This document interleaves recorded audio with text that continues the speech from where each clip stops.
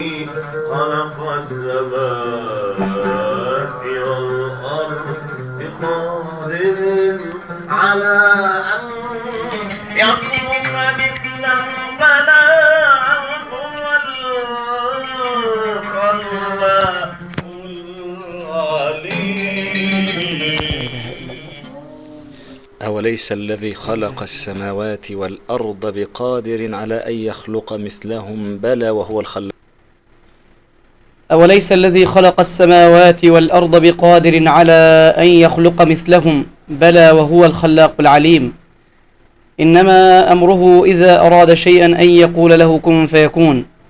إنا لله وإنا إليه راجعون. إلى هذا الحد وصل بهؤلاء وهذا التافه أن يلعب بالقرآن الكريم وبكلام سيد المرسلين صلى الله عليه وسلم بهذه الآلة الموسيقية التي في يده. أنزل القرآن ليقرأ بهذه الطريقة؟ هذا طبعا بلاغ عاجل إلى نقابة القراء القرآن الكريم وإلى كل إنسان غيور على دينه وعلى سنة سيدنا رسول الله صلى الله عليه وسلم. أوقفوا هذا المعتوه فورا، أوقفوا هذا المعتوه فورا الذي يهين أشرف كلام وأجمل كلام وأعظم كلام، كلام الخالق سبحانه وتعالى. وإنه لتنزيل رب العالمين نزل به الروح الأمين على قلبك لتكون من المنذرين بلسان عربي مبين. لهذا الحد وصل التلاعب بالقرآن الكريم إن يقرأ بالموسيقى.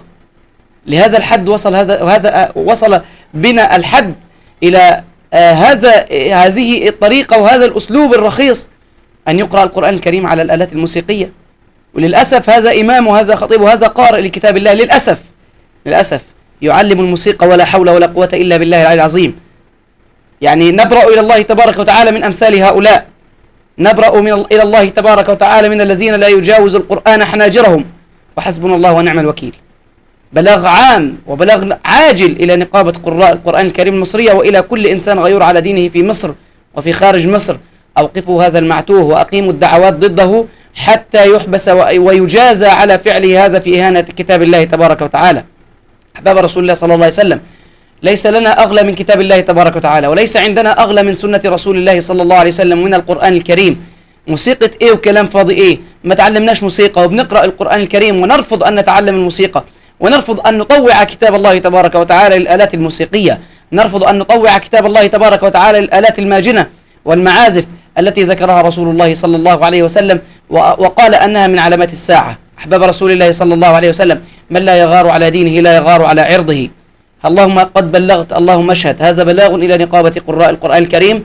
أوقفوا هذا المعتوه قبل أن يقلده كثير من الجهلة وكثير ممن يهينون كتاب الله تبارك وتعالى وكثير ممن لا يعظمون القرآن الكريم وسنة رسول الله صلى الله عليه وسلم. إخواني وأخواتي، لا تنسون من صالح دعائكم. أسأل الله أن يحفظ القرآن الكريم وأن يحفظ سنة رسول الله صلى الله عليه وسلم، وإن نلقاكم في لقاء آخر. السلام عليكم ورحمة الله تبارك وتعالى وبركاته.